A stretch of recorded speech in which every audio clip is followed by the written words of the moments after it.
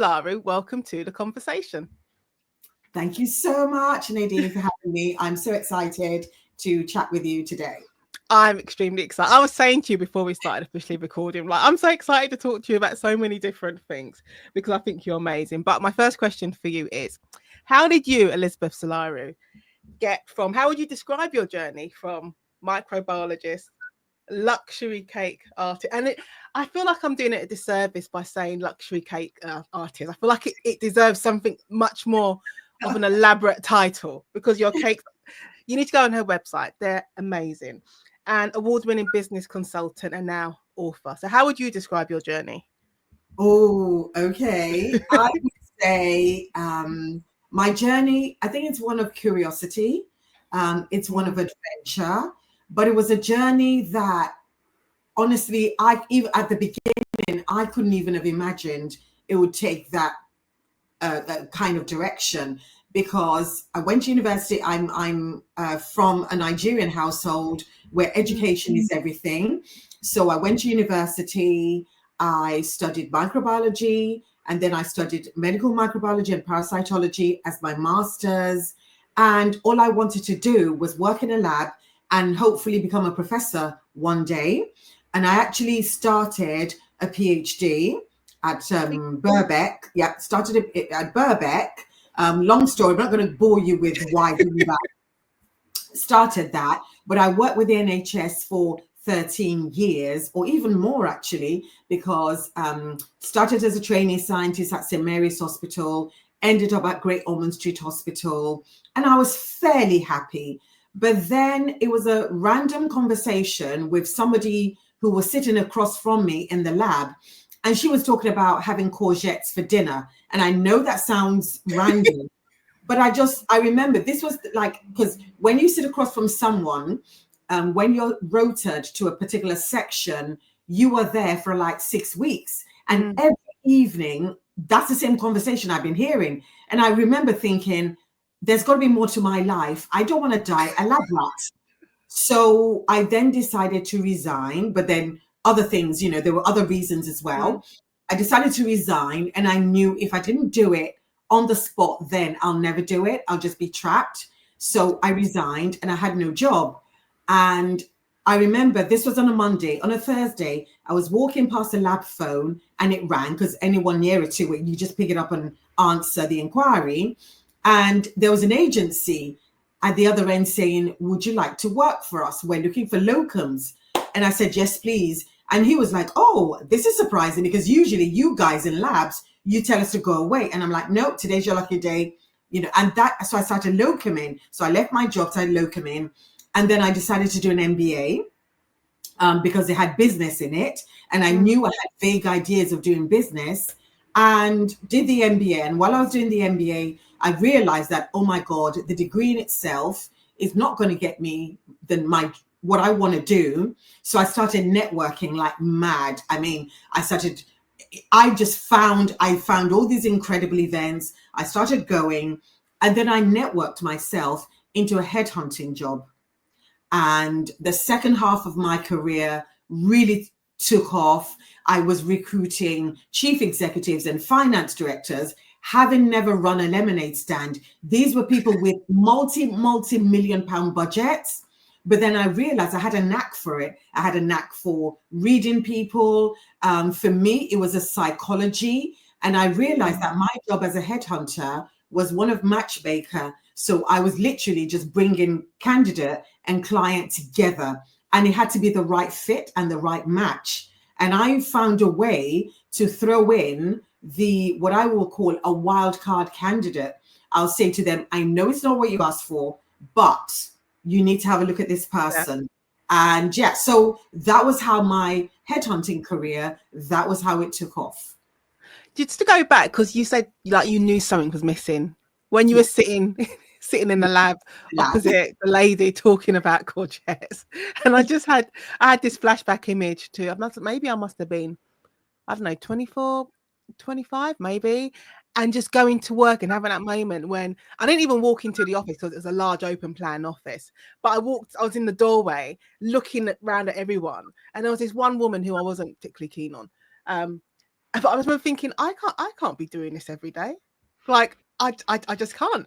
This cannot be my life. Yeah, like, and I always think it, like, a lot of people have those moments. They walk into work, they walk into wherever, and they think, no, this can't be my life. There has to be something more. So, what was it that you thought was missing? Could you name it? I just think I think for me, I thought there was a lot more I could do with my life. I think there was a lot more. I didn't have the words to describe it, but I felt I had a lot of untapped potential, because one of the things that had happened, and it's funny because I never really thought of, again, another memory has been jogged. I got that, I talked about the PhD. I got it, Birkbeck. Everybody was keen, but my place of work wouldn't give me the lab space. My manager refused to approve of me having lab space. Really? Yeah, she just refused. I mean, there was a lot going on, and then what happened was there was a lot that went on. A lot. I mean, if people know what the workplace was like in the 90s, 80s, 90s, early 2000s, it was a completely different space. And she then resigned and went to a better job. Like, she got a really, really better job. And I thought to myself, so this is how people can destroy somebody's life and move on as if nothing happened. Nothing's happened. Yeah. And I'm like, and I just knew I didn't want to be stuck, because if she can move on and nothing happened to her. And then I remember when I resigned, the new manager was like, oh, stay, we'll promote you. And I said, when, what is the plan? Show me, what is the agreement? And she was like, well, when a position arises, I'm like, that could be for like 10 years, because nobody ever moves, nobody ever leaves. So sorry, I'm leaving. And everybody was curious. So where you going? Do you have a place? I refused to say, because nobody knew I did not have a place. I didn't have anywhere else to go, but I just knew at that point, if I didn't leave, I would never, ever, ever leave.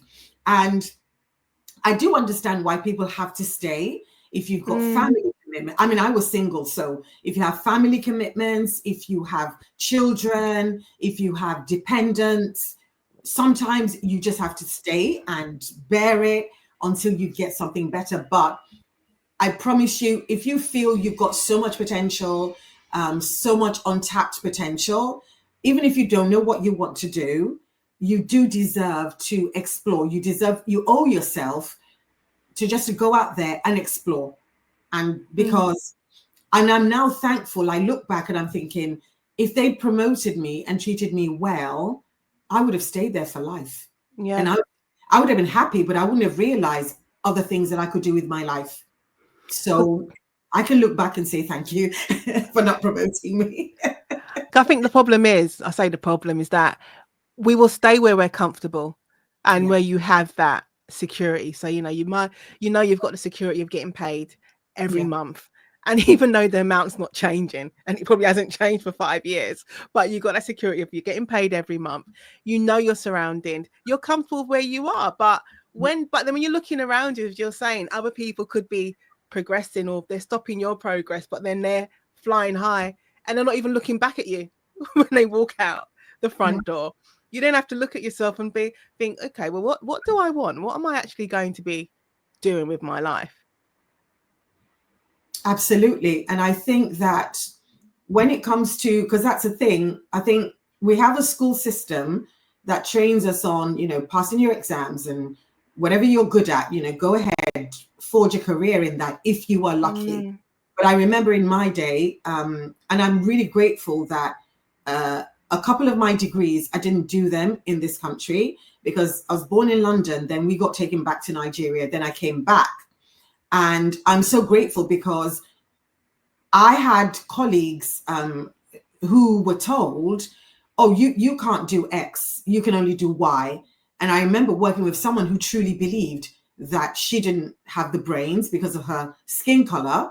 And she was really, really discouraged from, and she turned out to be a maths genius. But she was literally told in school, no, you can't do that. That's unrealistic. you need to do XYZ. So I think for some of us, having to deal with that, then having to deal with some of the trauma that's involved and looking back and that sort of thing. So that is why now, if people, we live in times where people can explore, you have the freedom to explore. If you want to explore, you owe yourself that. At least you can, when you're old and gray, you can say, you know what? At least I tried. At least I went for it. It's better to try and fail than never to try at all. Yeah, it goes back to I was having a conversation yesterday with another author for the podcast, and she was explaining to me how when she was younger, she had to have special education classes and a special education teacher, and she just never believed that she would be able to write a book. And what we were talking about is the impact of not only the stories that you tell yourself, but also the stories that other people will tell you.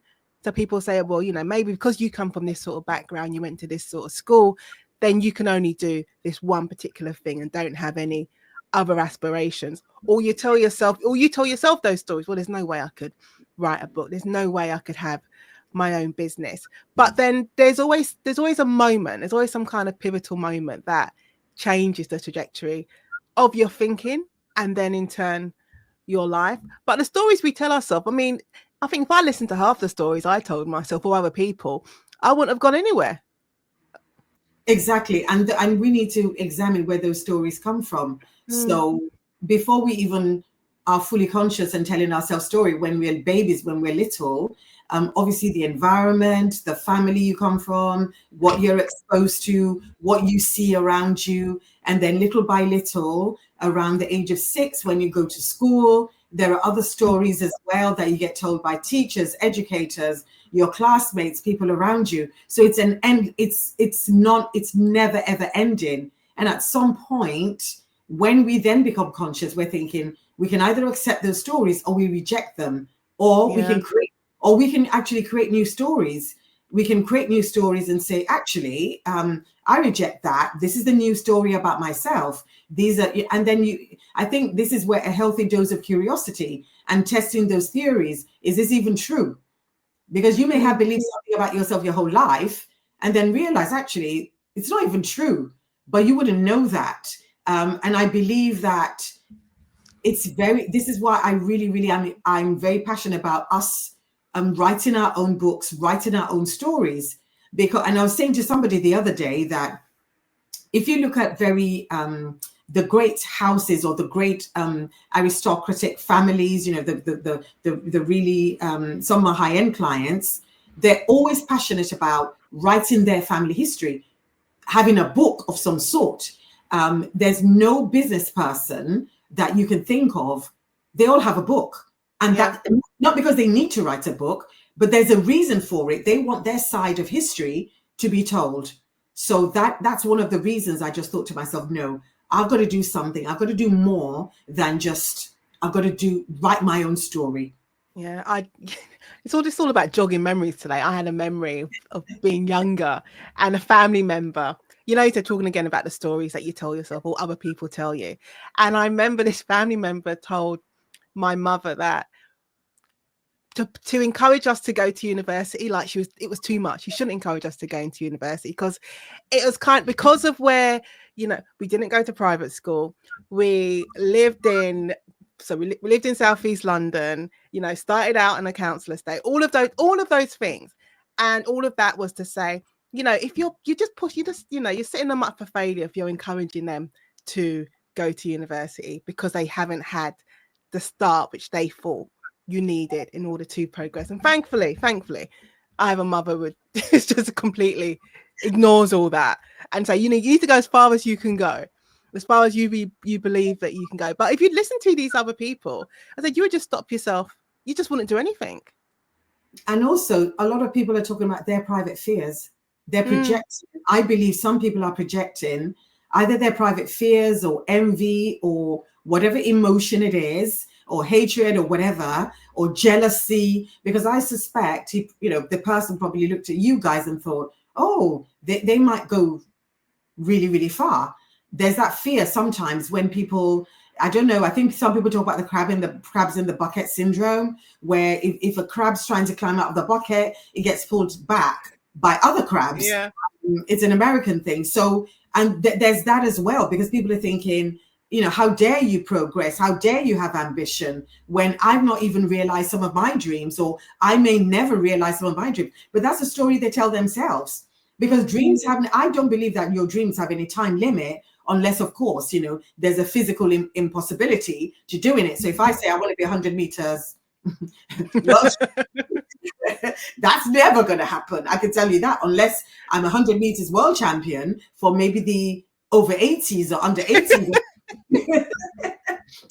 So again, so it's about how we feel about ourselves, and that's what we're going to project onto other people. Yeah, because again, talking yesterday to another author, it was also this whole thing she had of, oh, I'm going to be too old to write a book, and she was in her 40s. I'm like, what? No. I said, no. you are never too old. 40 is an amazing age time period to be in, but you are never too old to start anything. So it's when you moved into headhunting. Yes. Did you have any doubts, or was you, because you were like, no, I'm out already? So, and you've kind of worked out the system for yourself. Did that remove any doubts you had? Oh God, absolutely not. I mean, obviously there are always doubts. There are always doubts. I always do it afraid. I do it frightened. I do it, with my knees knocking. But I still do it. I think that's the difference. And I also think that, I think Michelle Obama also said something like, once you've been in those rooms, you realize how mediocre a number of people are.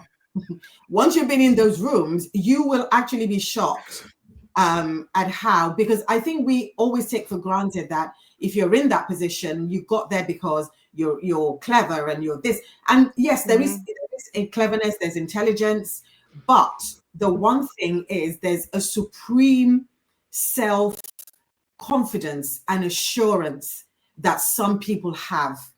And that, more than education, more than anything, is what matters. That self-belief. And I remember there was an entrepreneur that was affiliated with a company.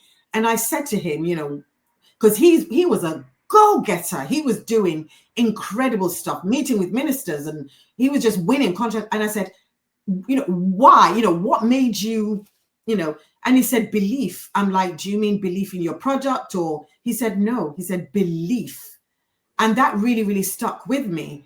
And it was years later that I understood what he meant about belief, just sheer blinded belief, whether in self, whether in serendipity, whether in just knowing that if I step into the room, people are going to help me. And some people just have that. And I believe many of us need to really develop that the world is our oyster. It's ours for the conquering. We can do anything. But yeah, I had lots of doubts. I had a lot of doubts. And in fact, because the headhunting world is it's quite dog eat dog. It's very vicious.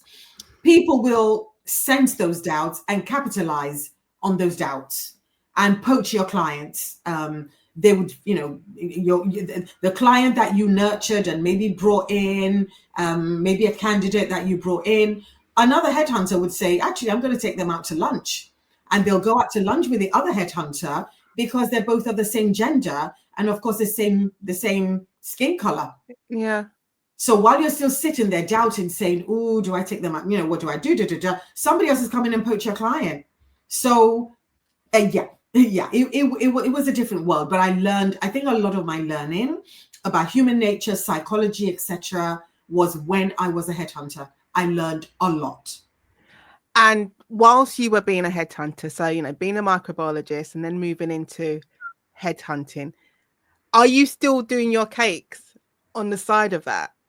Because this is the amazing thing about Elizabeth, right? When you start doing when you go online and you go on Instagram and you click on Elizabeth's name and you see these amazing celebration luxury, I can't even describe them. My words cannot do it justice, right? So you've got this strong academic side and you move into the headhunting business, but you've also got this strong creative side which comes through your baking. How aware of that were you?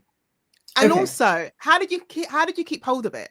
Because Okay. when your focus is just education, it can be easy to let that just slide. Okay. So I'll just take you back slightly. When I was about 11, 12, a friend of mine gave me a cookbook. And in that cookbook was a recipe for Victoria sponge. And I baked it, it worked, and I got hooked on baking. But obviously, I did that for maybe like 3, 4 years, but then education, etc. When I became a headhunter was when I resuscitated the baking, but it was a side hustle.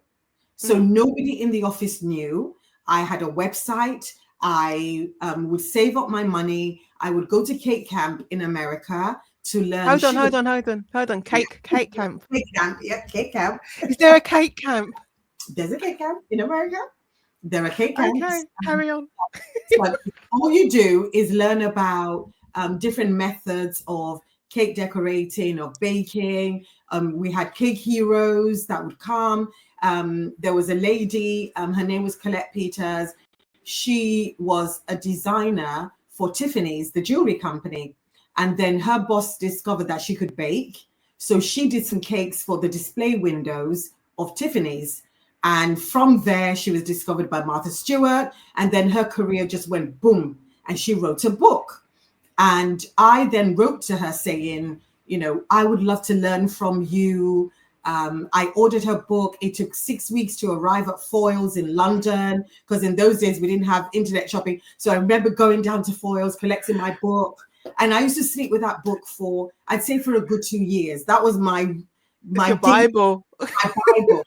And so I was able to learn from Colette.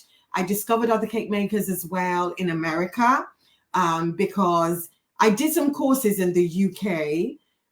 But that is another story. I can write a book about that, I can write a book about that, because I was usually the only person of color in the room. And that was a different whatever. So anyway, so when I was a headhunter, I'd save up my money, go to cake camp, learn.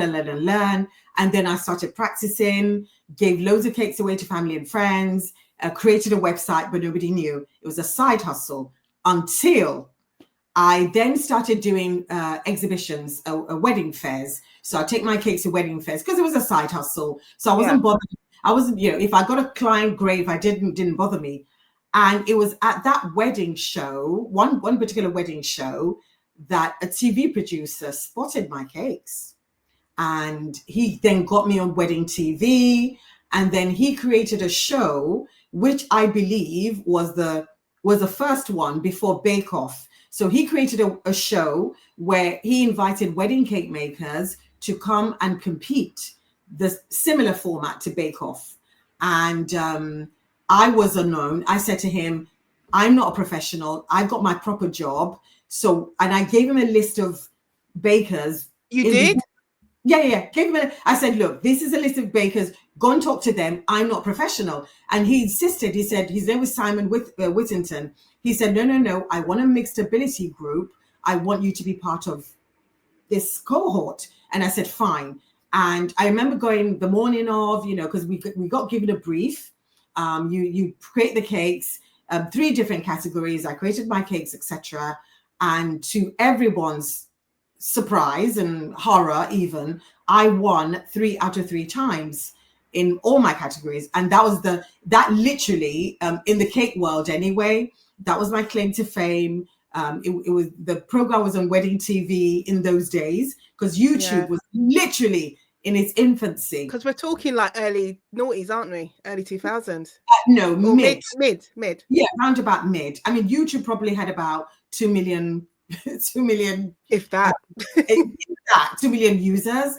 And so wedding TV was a big deal, because there wasn't any other dedicated wedding television program. So that was how, boom, everyone knew, oh my God, who is she, etc. And I used to get thousands, and at least 100,000 visits to my website in those days, which was huge, which was huge. So that was how I realized the power of the internet, because I didn't even realize the power of TV or exposure. For me, it was like, oh my God, this is the power of the internet. And yeah, so that was how things started happening. And then 2008, the recession happened, lost my job, and I decided, okay, this is it. If I don't do it now, I'll never do it. And that's when I started my my cake company, proper. But I'd been doing it as a side hustle for a few years. So yeah. You know, I'm sitting here like my hand underneath my chin and just like I'm doing the thing I would never do in court, which is like have an expression. Normally I can be very, very poker face. But I just think it's amazing how Simon, this producer, approaches you at this wedding show. You're at your store, your cake store, and he says he wants you, but you're giving him a list of other people. Fear and doubt. Remember, we spoke about it earlier on. Yeah. Fear and doubt. But I can probably think there's so many times, I'm not talking about myself, just people in general who may be approached to, I don't know, take on a project or, I don't know, make a cake. Just so many different things. And they say no, like, oh, no, like, why are you looking at me? You need to be looking over there. And they talk themselves out of opportunities. Yeah. I'm just sitting there like, I can't believe you get that's work, you know. It's not easy to sit there and come up with a list of other people. That's work. Yeah. But then again, I think, to be honest, he kind of understood and he appreciated what I did. I think he kind of appreciated but the fact that he insisted, that's a really, really lovely of him, because some people would have just moved on to, okay, she doesn't want to do it, fine. But he was like, no. I see something in you. It's you. I want you. And I wish that many more people were like that, you know. Or sometimes if you have a boss who's like that, you better treasure that boss who's, you know, because sometimes they give you a stretch project at work and you're thinking, no. If the boss is giving it to you, it's a stretch project. It's better for you to do it and fail and then learn a number of lessons than pass it up. So I would always encourage people to, just go for it. Where did you think your side hustle was going to take you? Because I think now I say nowadays, people use the term side hustle, but they use it in a way that it means that this is my side hustle, but in my head, it's just going to be making me millions. I mean, I think that's kind of the mindset of people now when they think about side hustles. But what was your mindset back then when you said it was my side? Did you recognize it as a side hustle? Oh, this is just a hobby that will give me maybe a little bit of extra income? Oh, I think I think more of a hobby that would give me a little income if I was lucky. But because I was doing it for pleasure, I wasn't even thinking about the money side of things at all. And there's also something about knowing yourself. I didn't, because now that I've written my book, I can think about, oh my God. So I'm a particular luxury brand founder type, because many people, when they start a business, I firmly believe you need to know the type of entrepreneur that you are. Because if you know your type, you will look at your business as a hobby if you're a certain type, because my type is artisan and visionary. So as an artisan, I'm all about how I would create the best product. As a visionary, I'm always thinking of the future. And that's good and bad. It's good because as an artisan, attention to detail, etc., important. And as a visionary, always thinking about the future. But it's bad because as an artisan, I'm not thinking about costings. I'm thinking about I'm thinking about using the best of the best. I'm not thinking about pricing. I'm not thinking about positioning in the market. I'm not thinking about differentiation. I'm not thinking about what kind of client. I have an idea of the kind of client, but I've not looked deeply into the kind of clients I need to be selling to. Yours is just about the product. And it's about the product. As a visionary actually makes it worse, because as visionary, I'm not grounded in the present. So I do not know if there's going to be a this, if there's going to be a tax increase, or if there's a business rates. So if you know yourself, you then know, okay, the type of people I need around me for my business to succeed, I should have, right from the beginning, I should have got a business manager, which is completely different to an accountant. I should have got a really incredible, amazing marketing person. I should have got someone who is about the personal branding. But these are things you do not know at the time. No. So that is why I just felt it was important for me to write my book so I can tell people, if you're a certain type, this is what you need to do. If you're a certain this is what you need to do. If you're setting up a luxury business, these are the fundamentals. Because when I looked around and I was reading these books on business and on luxury business, they're all written by either professors of luxury or luxury experts or people who have worked in the big brands. They were not written by people who have founded a luxury brand from scratch. Yeah. So they're not written by people who've had no money, a secondhand mixer and 40 quid in the bank. They're not written by people like that. So I thought, I'm going to write that. And more importantly, nobody's really written about the different types of luxury clients. Because yes, they have money, but they're not all the same. Mm.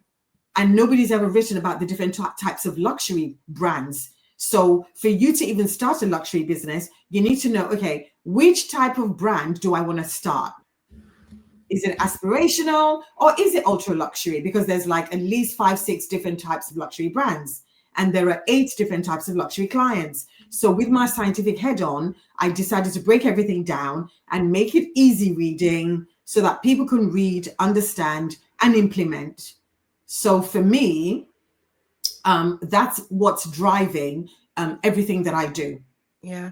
Because you're talking about archetypes and you're saying about being a visionary and being artistic and, starting off with 40 quid in the bank and your secondhand mixer. And I firmly believe this. I strongly believe that a lot of people stop themselves from doing things, or they delay it because they feel like they need to have a certain amount of money in the bank before they can jack in the job and go and do what they really want to do, or they need to have the right computer or have the right KitchenAid 600 quid mixer. They need to have all of these things set in place before they can go on and start their endeavors. And I remember saying to my brother, the one after my brother Gavin after me, because he does video production. So he works for like the video games companies for like Nintendo and Sony, and he builds the trailers. And I remember saying to him when he was working, so when he was employed for Electronic Arts, I said, you need to do your main business. So, your job that pays the bill, and then have your side hustle, doing it yourself independently. I said, you need to have these two things kind of running together like train tracks. And then there will come a point where your side hustle, it basically, it steams ahead. And that falls, and then you then have to decide, okay, my side hustles make me more money than the main job. And then you're able to put that to the side. But I said, if you just wait and keep waiting to accumulate all these things, you'll never do the thing that you really, really want to do. And I think a lot of people stop themselves because they're just waiting to have everything perfect.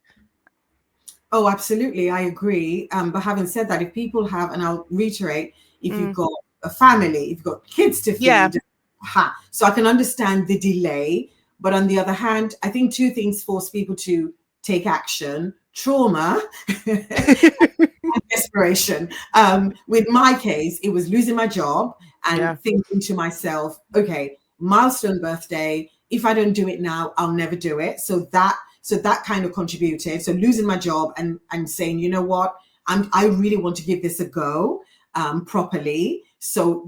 Because even when you, and this is the thing, to agree with you, even when you're trying to gather as much money together to fund your business, and this is a thing sometimes with people of color, because we don't get funding easily. In fact, I believe 0.01% of all funding comes to us in the first place. So because we don't get funding easily, we're used to funding things ourselves. Yeah. Whereas the mentality of another demographic is other people's money, OPM. Let me find people who can fund this. It's a great idea. Let me take it to them. Let me see. And I remember reading the founders of Innocent Drinks, when they started, they tried to get funding. And they then asked all their friends, they said, they just sent a blast email saying, do you know anyone who's rich? People of color, we wouldn't do that. We would not send out, No. because we thought, oh my God, what will people say? But they said, you know what, these boys, they just said, do you know anyone who's rich? And somebody said, yes, actually, we know a couple of people. And one of them ended up funding the initial stages of their business. So there are things that I believe culturally, some people would naturally do because that is how they've grown up. That's their environment. But I think with us, people of color, because we know, okay, we're not going to get the funding anyway. We need to do it.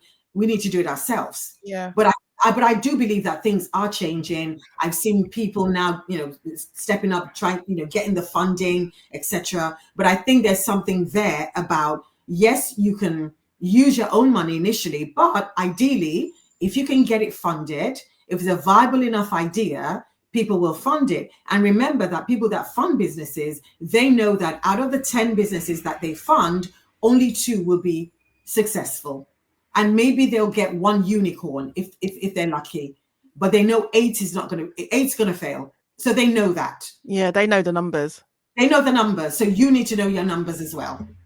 It's fun. I say it's not funny, but when you're talking about your business and your approach and being a visionary, and when I think about self-publishing, so my first book that was published, I self-published it. I'm sure it was 2015, but I quickly realized that you need to recognize your skill set. So I said, it's one thing completely being able to write the book. And I said, for me, and because I was doing my other job at the same time, being a full-time lawyer, but I said, writing the book, I knew my skill set is writing. I quickly recognized my other skills. My skill sets are not marketing. They're not designing book covers. Like, I can make cakes. I make nice cakes. I can't decorate. Like, I'm not the best cake decorator at all, but my cake won't kill you. Like, people like my cake. But I recognize my skill set. So in terms of publishing, yeah, I can write a book, but I cannot market the book. I can't promote the book.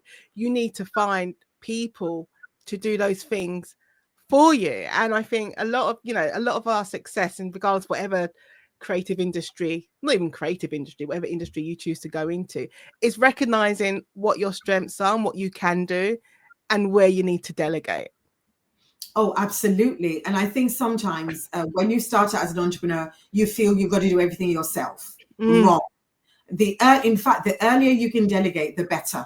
So as right from when you start your business, if there are admin things you hate doing, delegate. If there are things you hate doing, delegate. Don't try to kill yourself. And talking about books, for example, if you've successfully self-published, even to get to that stage is a lot.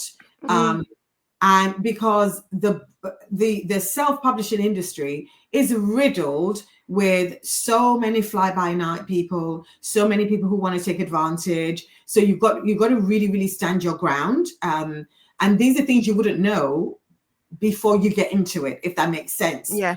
So, and for me, it's not enough to write the book. So for me, my focus was on getting an amazing editor, getting somebody who can design the kind of book cover that because I know how I wanted it to look. So it was designing that book cover that was impactful, because I know that the main place I was going to sell it was going to be Amazon.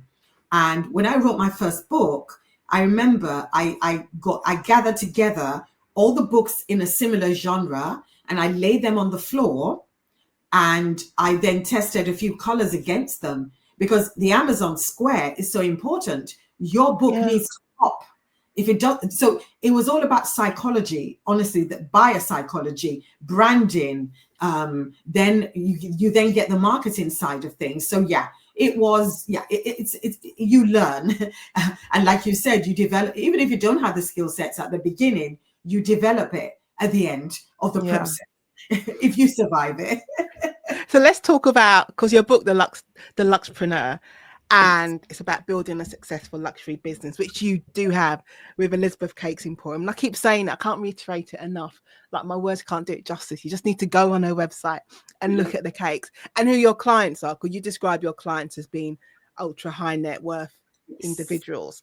So we are dealing with royalty and aristocrats, people. And I think, well, not I think, I know there's a big difference between, I think, what most people consider to be wealth when you're looking at the brand. And I'm just throwing random brands out there. I'm just saying, if you're looking like brands like Louis Vuitton and Gucci's and stuff, but there's a big, that's completely different when you're dealing, I think, with high net worth individuals. How did you find yourself there? And then I have other questions for you about this. Okay, that's a phenomenal question. So I did two things. This was really back in the day, and I believe it still works, but people now rely on social media. So the first thing I did was, I remember one of my delivery drivers was talking about leafletting. And I said, oh, do you leaflet really nice areas? He said, yes, we do. So I created these incredible looking cards of my cake designs, and I gave them to him to leaflet. And that cost me roughly maybe 20 quid a week. So he would go to like really, really nice areas and he would leaflet. And I would get at least 3 inquiries after every leafleting. So it was literally so simple. People call it direct marketing nowadays, but it was really simple. So I did that. And the second thing I did was I took the Yellow Pages. It was a massive phone book in those days. Oh, the Yellow Pages could kill somebody. It was so big. So I remember the section for event planning was really thick, and I called every event planner in the Yellow Pages. And when I made call 120, because the one thing we were trained to do as headhunters was make cold calls. So, and it was about getting the no's. It wasn't even about getting the yeses. It was about getting the no's. The quicker you got your no's, the quicker you get your yes, because we were always trying to get meetings with chief executives who were looking to recruit. So I made those cold calls to event planners. I got lots of rude people telling me to go away. But one afternoon, I got a young voice at the other end saying, yes, we are looking for a cake maker. And do you make cupcakes? And I said, yes, we do make cupcakes. And I said to her, because I've been trained to say this, I'm going to be in your area in the next 3 days, and I will bring you some samples. Hold on, right. First thing, there's 2 questions. When you say we do make cupcakes, is it just you? Or was there a team? Me. I was using the royal we. It was just me. And secondly, you were not even going to be in the area, but you just said you're going to be in the area. Because I looked at the address anyway, because in the Yellow Pages, the address is listed. Yeah, they were. It was West London. And I thought, why not? Why not? At least it's a yes. And it's an opportunity. And I take seriously, because oh my God, one thing I've learned about life, the opportunity you look down on the most could be the one that gives you your biggest breakthrough. So I just said, yes, I wasn't going to be there. And the 3 days was so I can have enough time to get boxes, enough time to gather materials and do my designs, etc. So I then dropped the cakes off 3 days later. And I remember thinking, you're not going to hang around and chat. You are going to say delivery from Elizabeth's Cake Emporium. You're going to act like the courier and you don't know if they like your face, your race, or your grace. So drop the cakes. And I remember talking to myself like that. So I did that, dropped off the cakes, and I legged it. And I was on the bus on the way back home when I got a call saying, Lady Elizabeth would like to see you. And I'm like, who's Lady Elizabeth?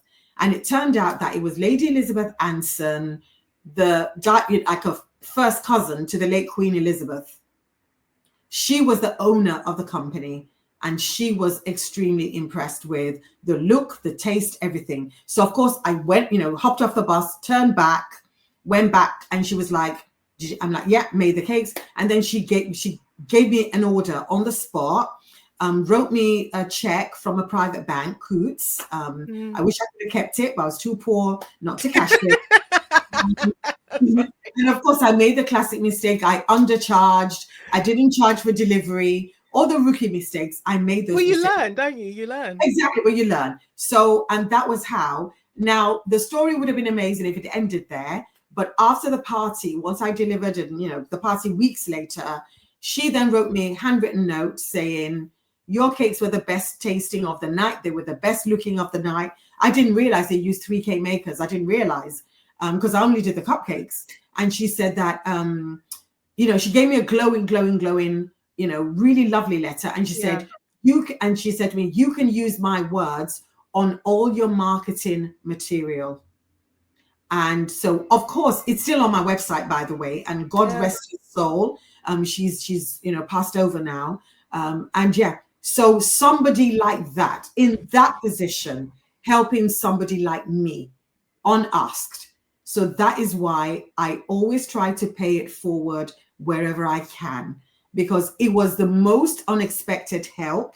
And I just worked with her ever since then. Occasionally when she needs a cake or whatever, or when she, So that was how I got my other lucky break. It just goes to show the importance, because my first boss I had as a newly qualified solicitor, one of the first things he told me, I don't know whether I was going to court or going to do a prison visit, I was going to do something. And he said to me, Nadine, always act as if. So don't walk in there acting like the newly qualified solicitor who's just, just like your second day walking into court. Act as if, tell you, whatever story you need to tell yourself, act as if you are seasoned, you've been doing it for donkey years, you know what you're doing, you're the best thing that ever walked into the room. And you have to tell yourself a different story. So, we will deliver, not I, Elizabeth, will deliver. Acting as if you are this multi-staffed company when you're jumping back on the bus.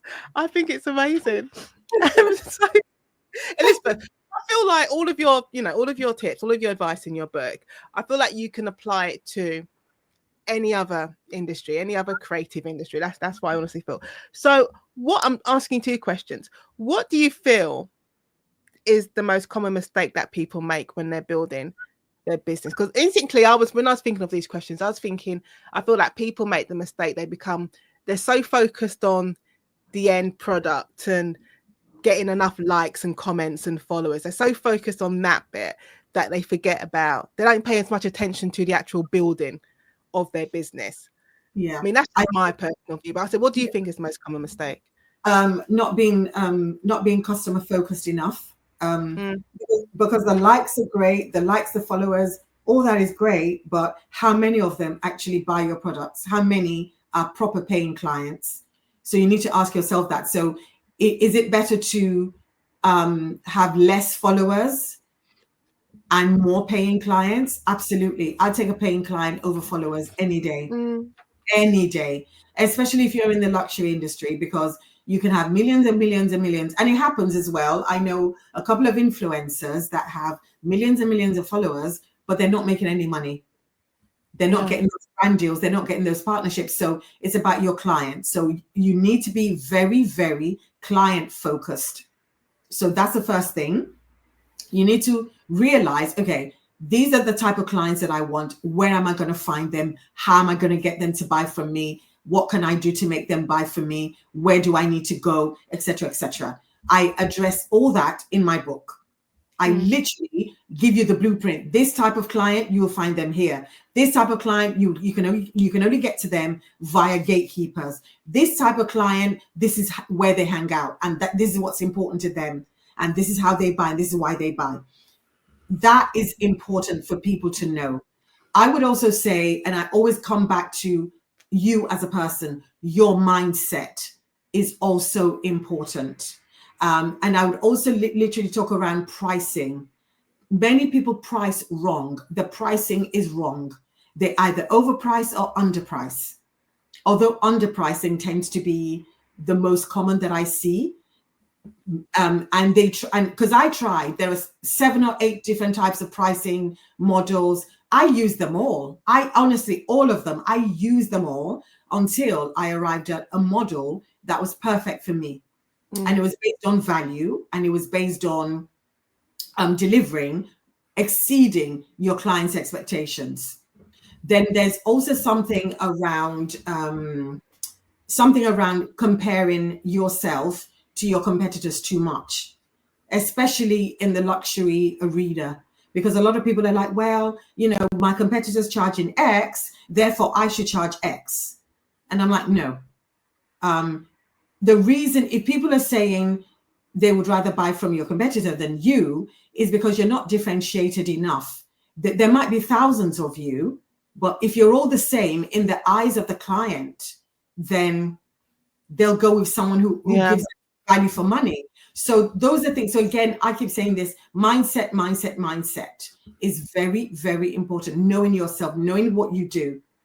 And another mistake sometimes is when people are too much in love with their product. Yes, you should be in love with your product and what you deliver, but do not be too much in love that you can't see the flaws. Because funnily enough, in luxury, your product must have enough flaws. It's not really? It's not about perfection. Now, when I say flaws, this is what I mean. It should be definitely fit for purpose. It should definitely look pristine, elegant, whatever it is that you're doing. But there's a human touch that creates flaws. So I'll give you an example. In the old days, when couture dresses would have very, very, very tiny, minute spots of blood around the hem, and to rich women, that was proof that this was made by hand. It's literally blood, sweat, and tears, isn't it? Exactly, literally. So that's what I mean. So I'm not saying your product must be awful. Absolutely not. It's got to be beautifully made, well done, perfect, blah, blah, blah, blah, blah. But sometimes there is something about something being handmade that you can't replicate with a machine. That is the flaw. The Japanese art of kintsugi, for example, where if crockery breaks, they don't throw it away. It's patched up, but it's then lined with gold. Yeah. So that creates a beauty. So that's the kind of flaw that I mean. So because luxury is slightly different. So it's got to be fit for purpose. And also there's something around storytelling. A lot of people still don't tell the story of their brand or product beautifully. You've got to tell it in such a way that emotionally somebody is moved from I can't afford this to how can I afford this? What must I do to buy this? That's the emotion you want to create in people to buy from you. You know what I thought about, and it's not high-end luxury at all. It's just ice cream. But Ben and Jerry's, Exactly. but Ben and Jerry's have a story. There is a story behind the ice cream. Exactly. And people may not be able to remember the favorite, type of ice cream they like, but they might say, okay, I know it's got some cookie dough in it, but they may be able to tell you about the story.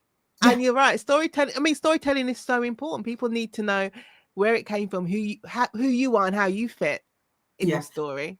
I mean, in my book, I literally break it down: the plot, the characterization, the individual characters, the mood that whatever it is you're trying to set. I break it down because it's like a movie. Because when people write a movie, or when you go watch a movie, you'd have seen a trailer, right? Yeah. And the trailer would show you the best bits. So, and you mentioned earlier, for example, you mentioned Louis Vuitton and Gucci. So let's use those two as examples. So have you ever read anywhere that Louis Vuitton walked barefoot when he was 13? He walked barefoot from his village to Paris, 300 miles. You've never seen? I've never heard that. Exactly. That was so he left when he was 13. He arrived when he was about 15, and he got a job as an apprentice with a box maker. And this particular box maker made boxes for the elite of the day. And one of them was Josephine, the wife of Napoleon. And Louis Vuitton, while he was an apprentice, he made an observation that all the boxes had rounded tops. These were trunks and travel cases. Yeah. They all had rounded tops. And he thought, why not make them flat so you can stack them? Right? Simple. Easy. Yeah. And that's how he created the famous LV trunk. So that's his story. Then we dive into Gucci left his village in Italy when he was 17, came all the way to London to work as a porter at the Savoy Hotel. And it was while he was handling luggage that he noticed that the luggage was very elegantly designed leather goods. And that gave him the idea to go back to Italy and create very elegant goods in leather, because his family had a leather tannery. They had a leather business. Right. So, and he went back, he apprenticed with someone in Italy, and then he opened his first shop. So these are the stories behind the brands. So what story of your brand are you telling? What story of your personal brand are you telling? What would be your... Sorry, go on. No, because people often think that luxury brands just started luxury. Yeah. They didn't. The people behind them didn't start luxury, but it was their mindset. This is why the mindset is powerful. It was a mindset of, okay, I will create my own. And more importantly, I will change the rules slightly and I will look for the flaws, right? Remember the rounded tops? Yeah. I will look for the flaws and take advantage of those flaws. And what would be your number one tip to anyone starting out, regardless of whatever they choose to go into, whether they're going to be making hats or writing their first book? What would be your number one advice to them? I would say belief. You need to believe that you can do it. I would say always, there's this book, 7 Habits of Highly Effective People. And it says, start with the end in mind. So you need to, if you have to create your vision board or wherever it is you need to create, put the book, your imaginary book, excuse me, your business, create a vision board around that. This is the end. This is where I want to go. This is what I want to do. Put it dead center and then believe that you can do it. I cannot emphasize the power of belief. Belief. A couple of years ago, I had this mad idea of creating the Diversity in Luxury Awards. Now, and it wasn't just, and I didn't just limit it to the UK. I wanted it to be global. Yeah. And I had no money, as you do, no money. And I said, okay, I want to create these awards. And I was open to being laughed at, to be ridiculed. I didn't care. And remember, I put the idea out there. I said, this is what I want to do. And this is my vision for it. And I then went to speak to a number of hotels for a collaboration. Bear in mind, I had no whatever. And one hotel said yes. And a couple of months before, they then changed their mind and blah, blah, blah, blah, blah. Anyway, I then found a bigger and better hotel. And a couple of days ago, I did my second awards. The first one was in 2024. I'm sorry, yeah, it was in 2024. And a couple of days ago, January 2025, I did my second one. Now, why did I choose January? I chose January because everyone's depressed in January. So that would be a highlight. Yeah. I decided to do it differently. It's not an evening awards, it's a lunchtime awards. So between 12 and 3, so you can still go to work, come to the awards and go back to work if you want to. And also lunchtime, people don't drink as much, so I don't have to provide as much drink. So I just decided to do things differently. And I did look at brands from all over the world. So it wasn't just the big brands. I had very small brands people had never heard of, because people wanted to know, people want to be educated. And I then approached a number of people to become judges. Nobody told me I was crazy. They all supported the vision. And that is my point. Literally, I know this is things I've done from scratch, because until you start, even if people make fun of you, even if you're ridiculed, you need to have that belief that this is what I want to do. I just had this vision of a global community luxury that celebrates diversity of culture, diversity of product, diversity of ideas, of thought processes, craftsmanship, anything, even technology. We even have a category for technology, diversity, of technology. And we found examples. This is the crazy thing. It's all out there when you look. When you look outside your comfort zones and your circles, you will find it. Exactly. And that is the point, that this was way outside my comfort zone and circle. But I just thought to myself, everyone in 2020 posted a black square and then nothing. And actually, and then nothing. And I'm like, you know what? I'm going to do something, because if we don't do something about it, who's going to do something? So for people who may have doubts or whatever, doubts are natural, fears are normal. just do it regardless. It doesn't matter. Those fears shouldn't be stopping you. You should feel the fear anyway and still do it. Yeah. Has your success surprised you? Bearing in mind, you started off as as a microbiologist. You were going to do your PhD. Well, you wanted to do your PhD. You did your MBA. Yeah. You moved into headhunting. You had your cake side hustle, and your cake side hustle led to high-end luxury clients, but not even that, like consulting on movies. Because even when I read, like, you consulted on My Best Friend's Wedding, you're like, well, of course, like, it makes sense. Wedding cakes, it's a wedding film, of course. But did all that surprise? Because it can lead on to how this one thing, this one little thing that started off with your 40 quid in the bank and your secondhand mixer, just making cakes, turns into your side hustle and morphs into this global luxury business. Has your success surprised you? Oh, absolutely. And I know it sounds weird. I don't feel successful. I don't know if people, I don't know, maybe I don't feel success. I just feel it's something I do, if that makes sense. Because for me, even as I was doing, a couple of days ago, even as that event was going on, I was thinking about next year. I'm thinking, okay, I need to get sponsorship. I need to get da-da-da. I was thinking of the next thing. I was thinking of 5 years ahead. I was thinking of 10 years ahead. What can I put in place for blah? That's what I was thinking. So people were like, oh my God, I'm sure you must be so proud. I'm like, it sounds weird. I haven't got time to be proud. I was going to say that. You took the words out of my mouth. You haven't got time to be proud right now. You've got to move on. I've got to move on because people, you're only as good as your last event. You're only as good as what people remember of you. All this will pass away. All this, not God forbid, if anything happens to me tomorrow and I die, Elizabeth, you did blah, and that's it. You're a footnote in history. But at least I just wanted to make sure I left some sort of legacy. I just didn't post a black square. I actually followed through on my black square. That for me was very, very important. To set the example to my niece and my nephews. So that to me that is more important to me, I think. Yeah, I found the whole black square thing. And if those who don't know what we're talking about, back in, it would have been 2020 after George Floyd, and a lot of lots of different industries were posting black squares in support and promising to do more in terms of diversity within their industries. And it was all very performative because nothing happened. They posted a black square and the next day they posted whatever their business, nothing happened. That's the point of it.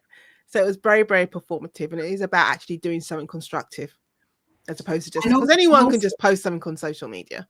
Yeah. And also right now what's happening, I mean, I heard that Amazon, they've reversed their policies around diversity. So a lot of, because of the new incumbent person, IQ 45 as I call him, You're lucky. I'm not even giving him a number. they are now reversing, and we have a big social media platform literally saying we will not be employing fact checkers because we want freedom of speech. And we know that people like us are going to be there. We're going to bear the brunt of the horrific abusive behavior. So the black square, but at least I just want to make sure that in my industry, in my little capacity, in my little way, I try to do something. Yeah. All right, Elizabeth, even though I don't want to stop talking to you, but I'm aware of time. I'm going to ask you your last 4 questions. So are you an extrovert or introvert, or a hybrid of the two? I think hybrid. I started very much as an introvert. That's why I like my books and my research and my PhD. But then I've had to learn how to be a performative extrovert. Let me ask you a question. When you're doing your MBA, because I always say, especially to my baby lawyers when I'm training them, there is nothing on the academic side. There is nothing there that actually prepares you for actually being a lawyer. And what I mean by that is actually interacting with people, learning how to, because you need to learn how to read people also. And there's nothing, there's not one textbook when you're in law school that teaches you how to read people, whether it's your clients, whether you're dealing with third parties, dealing with the judge, nothing prepares you for that. So you need to learn how to read people. Was there anything in your MBA that taught you about having that interaction No, with people? nope. In fact, but the one thing the MBA did do for me, obviously, there was nothing about that at all Mm. because it was all case study, case study, case Yeah. study. But to be fair, my particular business school, every 6 weeks, they used to take us to offsite. We stay in a hotel, and we would have almost like these interactive sessions with classmates. They'll split us into groups.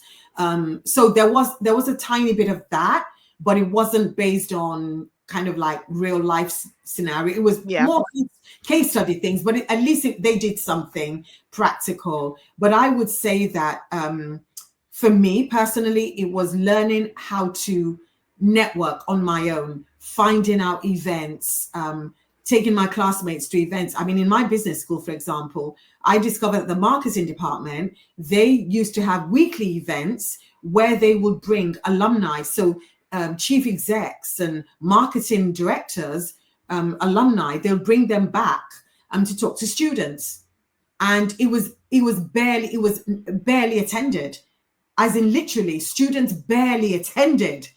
I couldn't believe it. So I just got all my MBA classmates. I went a couple of times, discovered it was legit because I couldn't believe it was too good to be true. Yeah. And then I brought all my MBA people over, and the lecturers loved me for that. I was like, I can't believe the marketing department, the students didn't even value the opportunity. But you would think that would be like the number one thing you would do if you're teaching marketing as well. I know, but to many students, their number one was passing exams. Yeah. The number one was, so to them, that was taking time away. And also, if you have a bunch of students who culturally, we're not taught to network, because some cultures, it's about hierarchy, and you just don't walk up to someone and say, hi, my name's Elizabeth. So the networking thing doesn't come natural. Mm. But I think you've literally just given yourself a great idea to write a book. Yeah. That book, you've literally described a book about, teaching lawyers how to read clients. Yeah, because they don't. And I always say to them, the 3 days you spend with me doing the course, you're going to I say not boasting myself, but no, I'm going to boast myself. You're going to learn a lot more about being what it means to actually be a lawyer. Like the practical side of being a lawyer in these 3 days than you would have learned studying law, because the academic side, the theory doesn't prepare you. No, it doesn't. It doesn't. Okay, so what challenge or experience, good or bad, so it can be a good experience or a bad experience, what challenge or experience in your life shaped you the most? Ooh, that's a good one. I think that a bereavement. I went through a really horrid phase while I was in the lab, and it was one of the reasons I stayed in that job for so long. I had a divorce, a really nasty divorce, as well as a really nasty bereavement, where I nearly died. If I wasn't a microbiologist, I would have died of sepsis. I quickly realized the symptoms, and I was trying to let the hospital know, and they were shushing me. You're only saying this because you're bereaved, blah, blah, blah, blah, blah. Ravings of a mad woman. And I remember about 2:00 in the morning, because I know how the system works. Yeah. I then called the hospital where I worked. I called the hospital, and I woke up my colleague in the middle, and she's a bit pissed off. woke up my colleague to say, this is Elizabeth, I'm dying. If I die, this is why. Can you please wake up Dr. Holzel, who's our consultant, and let her know this is a situation. And of course, Dr. Holzel, she was amazing, very formidable woman. She then woke every consultant in that hospital up and said, if she dies, I will personally sue you, and I will bring you before the GMC. So luckily, they then took action, realized they'd given me the wrong antibiotic that was even supposed to be prescribed in the first place, realized that my CRP levels were sky high, and then I quickly got treatment. So if they'd left it a few more hours, I would have died. And I just thought to myself, is this how? So once I recovered from all that, that's when I realized that I can't stay. There's got to be more to my life than being a lab rat, you know, because I could, yeah. So yeah, that really shaped me. God. And if you could go back to when you were 25 years old and give yourself one piece of advice, what would it be? Oh, believe in yourself, be confident, and just, you know, your dreams are valid. Just enter those rooms. And it's really weird because I was showing my nephew one of my certificates, because I used to do a lot of courses. I was so curious, and I remember doing computer programming. I did C. I did C. Yeah, I did C. So, and I was thinking, and I really remember wanting to get into that. Yeah.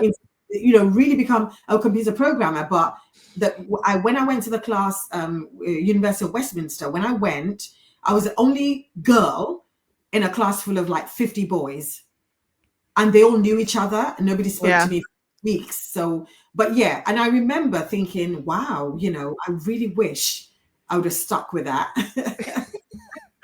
But yeah, 25, I would say go out there, Elizabeth, explore, be curious, you know, go into those rooms, don't be scared. I'd have done more. I'd have done a lot more.